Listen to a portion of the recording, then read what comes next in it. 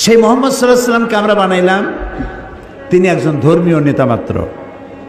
তিনি শুধু ধর্মীয় নেতা নন, পৃথিবীর সাদা এবং কালো মানুষের ব্যবধান দূর করছেন তিনি নারীর অধিকার দিয়েছেন, শিশুর অধিকার দিয়েছেন, শ্রমের মর্যাদা দিয়েছেন। আজকে রিক্সাওয়ালা দেখে যুবক ছেলে কলেজে বা হাই স্কুলে পড়ে, রিক্সাওয়ালার দাড়ি পাকা, এই রিক্সা এদিকে আসো, তুমি করে কথা বলে। আমাদের ওদিকে বলে, বগুড়ায় বলে না, বলে আহারে ওই রিক্সাওয়ালার বয়সের চাইতে তার নাতির বয়স হবে, সে তাকে, যেহেতু সে শ্রমিক কাজ করে খায়, কাজী তার দাম নাই, ঘুষ খায় যেগুলায় ওগুলার দাম আছে। রিক্সাওয়ালার পয়সার চাইতে হালাল পয়সা কার আছে আমার তো জানা নেই। কি যে কষ্টটা করে, সারাটা দিন অমানবিক পরিশ্রম করে, মাথার ঘাম পায়ে ফেলাইয়া পয়সা উপার্জন করে, আর তুমি তোমার বয়সে বড়, বাপের বয়সী, দাদার বয়সী, তুমি ছাড়া কথা বলতে পারো না, তোমার লজ্জা হওয়া উচিত। তুমি যুবক, এমএ পাস করেছো, চাকরি বাকরি নাই, বিয়ে একটা করে শ্বশুরের গাড়ি গিয়ে চড়ছো, হাল চাষ করো না, ইজ্জত যাবে। এমএ পাস করছো তো বেবি ট্যাক্সি চালাবা না, ইজ্জত নষ্ট হবে। তারপরে এই বগুড়ায় বটবটি না কি আছে, চটপটি না কি বলে,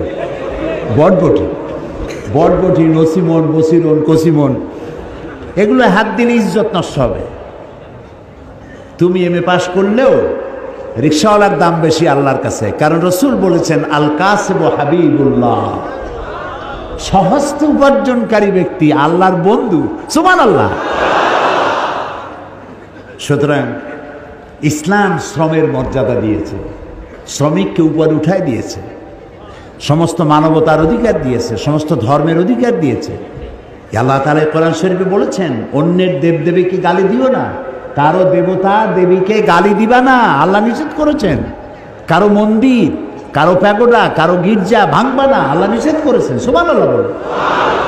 এর চাইতে মানব অধিকার কোথায় পাবেন? ইসলাম যা বলেছে, না জানার কারণেই এক শ্রেণীর লোকেরা বোমা মাইরিয়া ইসলাম কায়েম করতে চায়। হে পাগলের চাইতেও ছাগল, এগুলো পাগলের চাইতেও ছাগল, অধম। আল্লাহ তাআলা তার রাসূলকে বলেছেন ইন্নামা আনতা মুযাক্কির লাস্তা আলাইহিম বিমুসাইতির। হে রাসূল, আপনাকে পাঠাইছি উপদেশক করে, আপনাকে দারোগা করে পাঠাইলে লাঠি মেরে মানুষ হেদায়েত করবেন কোনো প্রয়োজন নাই।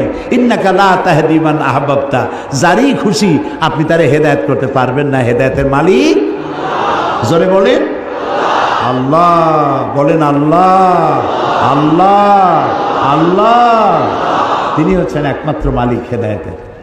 তো সেই জন্যে আমার ভূমিকা শেষ। তিনটা জায়গায় যে ভুল করছিলাম, এই ভুলগুলি সংশোধন করতে চাই। কোরআনটারে বুঝতে হবে।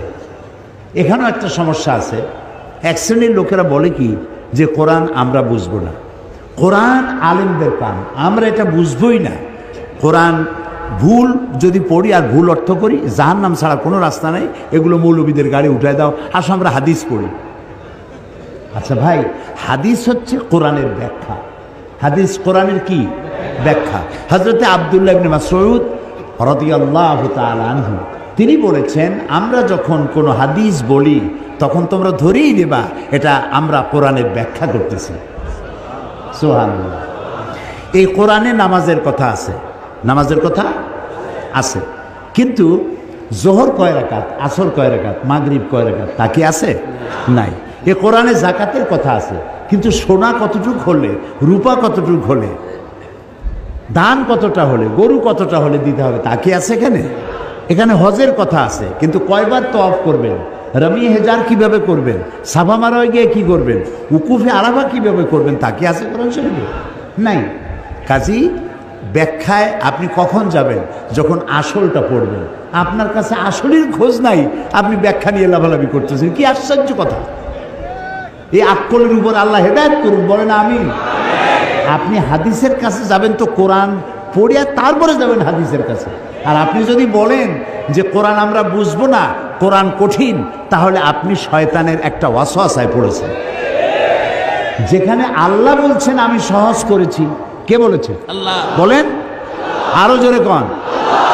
আল্লাহ রাব্বুল আলামিন সূরা কামারের ভিতরে একই কথা 4 বার উচ্চারণ করেছেন।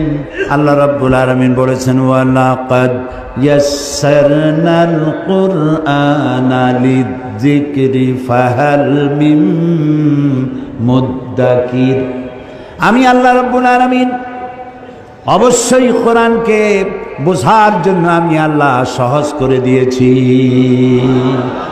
আছে কি কেউ এর থেকে উপদেশ গ্রহণ করার?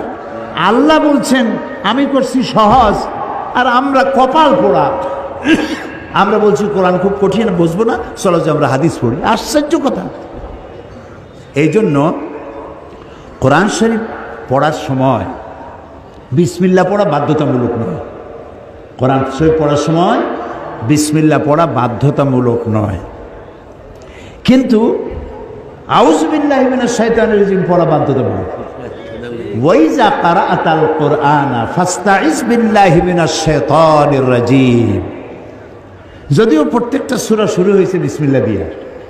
কোরআন শরীফের সূরা সংখ্যা কত? 114। প্রত্যেকটা সূরায় আছে, একটা সূরায় নাই বিসমিল্লাহ। ওটা কোনটা? সূরা তাওবা। তো 114টা সূরা, 113টা সূরায় বিসমিল্লাহ আছে, একটাই নাই। সেই অভাব আল্লাহ পূর্ণ করেছেন সূরা আন-নামলে। শুরুতে আর ভেতরে 2 বার বিসমিল্লাহ কইয়া 114 পুরো করে দিয়েছেন। তো বিসমিল্লাহ পড়া বাধ্যতামূলক নয়, কিন্তু আল্লাহ তাআলা বলছেন ওয়াইজা ক্বারাআতাল কুরআনা, যখন তোমরা কোরআন শরীফ পড়বে, ফাস্তাইজ বিল্লাহ। ফাস্তাইজ আমরের সিগা, হুকুম, আল্লাহ অর্ডার করছেন। শয়তানের ওয়াসওয়াসা থেকে পানাহ চেয়ে নাও। আপনি যদি আউযু বিল্লাহ ছাড়া কোরআন পড়েন, ওয়াজিব তরকের গুনাহ হবে। এটা আল্লাহ এত কড়া হুকুম দিলেন কেন? এই জন্য দিয়েছেন, শয়তান তোমার কোরআন থেকে দূরে সরায় দেবে। শয়তান তোমার কোরআন বুঝতে দেবে না। এই জন্য তো মানুষ কোরআন বোঝে না। শয়তানে কয় যে এ কোরআন বুঝবা না। কে কয়? শয়তানে কয় কোরআন বুঝবা না। সেই জন্য কোরআনে চুমা দেয়, মাথায় লাগায়, বুকে লাগায়। আচ্ছা, কোরআন বুকে লাগানো চুমা দেওয়া মোটেই নিষেধ নাই। আমি কোরআনে চুমা দেবো না, দেবো কিসে? কোরআনেই চুমা দেবো, এটা মাথায় রাখবো, বুকে লাগাবো। কিন্তু চুমা দেওয়াই কি সব না। এখন আমাদের কপালটা ফুটছে না এই পৃথিবীতে। আমি যদি প্রশ্ন করি বগুড়াবাসীকে, আমি জানি বগুড়ার লোকেরা খুবই সুশিক্ষিত, মার্জিত, সব দিক থেকে ভালো, আলহামদুলিল্লাহ। আমি যদি প্রশ্ন করি যে এই পৃথিবীতে সব থেকে লাঞ্ছিত, অবহেলিত, মার খাওয়া জাতি কোনটা, কি জবাব দেবে? মুসলমানেরা। ফিলিস্তিনে কারা মার খায়? আফগানেরা কি? কাশ্মীর, বজনিয়া, চেচনিয়া, ইরিত্রিয়া, সারা দুনিয়ায় মার খায় মুসলমানেরা। অথচ একটু লক্ষ্য করেন, অথচ পৃথিবীতে অন্তত 50টার মতো দেশ আছে মুসলমানদের করতলগত, হাতের মুঠায়। কটা দেশ? 50টা দেশ। পৃথিবীতে যে ওয়েলথ আছে, সম্পদ, এর 1/50 ভাগ, অর্থাৎ অর্ধেকেরও বেশি সম্পদ মুসলমানদের হাতে। পেট্রোল, গোল্ড, রাবার, কয়লা, সিলভার, কটন, এই উল্লেখযোগ্য সম্পদ মুসলমানদের হাতে। 1/50 ভাগ মুসলমানদের হাতে। পপুলেশনের দিক থেকে সারা দুনিয়ায় বর্তমান পপুলেশন হচ্ছে 600 কোটি। এই 600 কোটি জনগণের মধ্যে 1/4 অর্থাৎ 150 কোটি হচ্ছে মুসলমান। দেশ হলো 50টা, সম্পদেরও অর্ধেকেরও বেশি আপনার। জনসংখ্যার দিক থেকে আপনি 1/4 পৃথিবী, অথচ আপনি জুতা খাওয়া, লাথি খাওয়া, মার খাওয়া, না খায় থাকা, কষ্ট করা আর স্বাধীনতা হারানো, সব জায়গায় বঞ্চিত, লাঞ্ছিত, অবহেলিত, নির্যাতিত, নিগৃহীত জাতি মুসলমান। এটা কেন? এটা এই জন্য যে আমাদের কাছে কোরআন আছে, সেই জন্য আমরা আমাদের ইজ্জত হারাইছি। হ্যাঁ, দেখেন আল্লাহ কি বলেন। শুরু হচ্ছে তাফসীর। শয়তানের ওয়াসওয়াসা থেকে পানাহ চেয়ে নেন আল্লাহর হুকুম মাফিক। পড়েন আমার সাথে, আউযু বিল্লাহি মিনাশ শাইতানির রাজীম, বিসমিল্লাহির রাহমানির রাহিম। বিতাড়িত মরদুদ শয়তানের ওয়াসওয়াসা থেকে পানাহ চাই।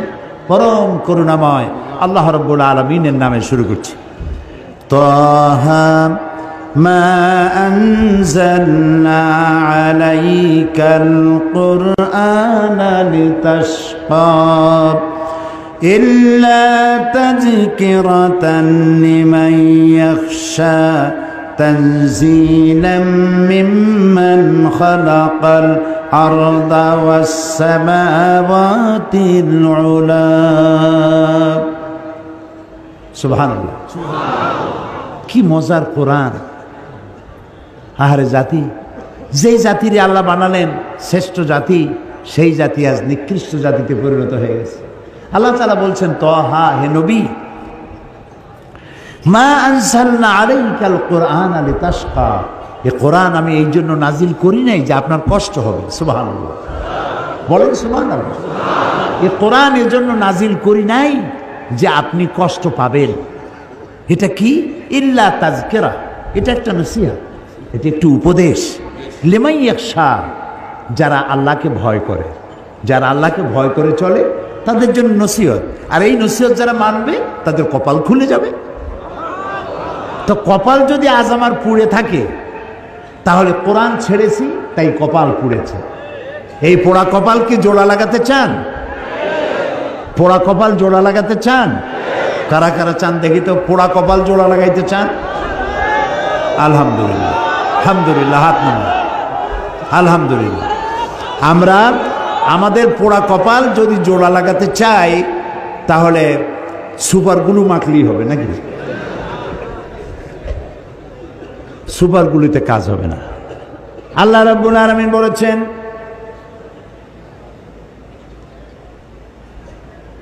আমি ইন্নাল্লাহা লা ইউগাইয়িরু মা বিকওমিন হাত্তা ইউগাইয়িরু মা বিআনফুসিহিম, আমি কোন জাতির ভাগ্যকে পরিবর্তন করি না যতক্ষণ পর্যন্ত সেই জাতি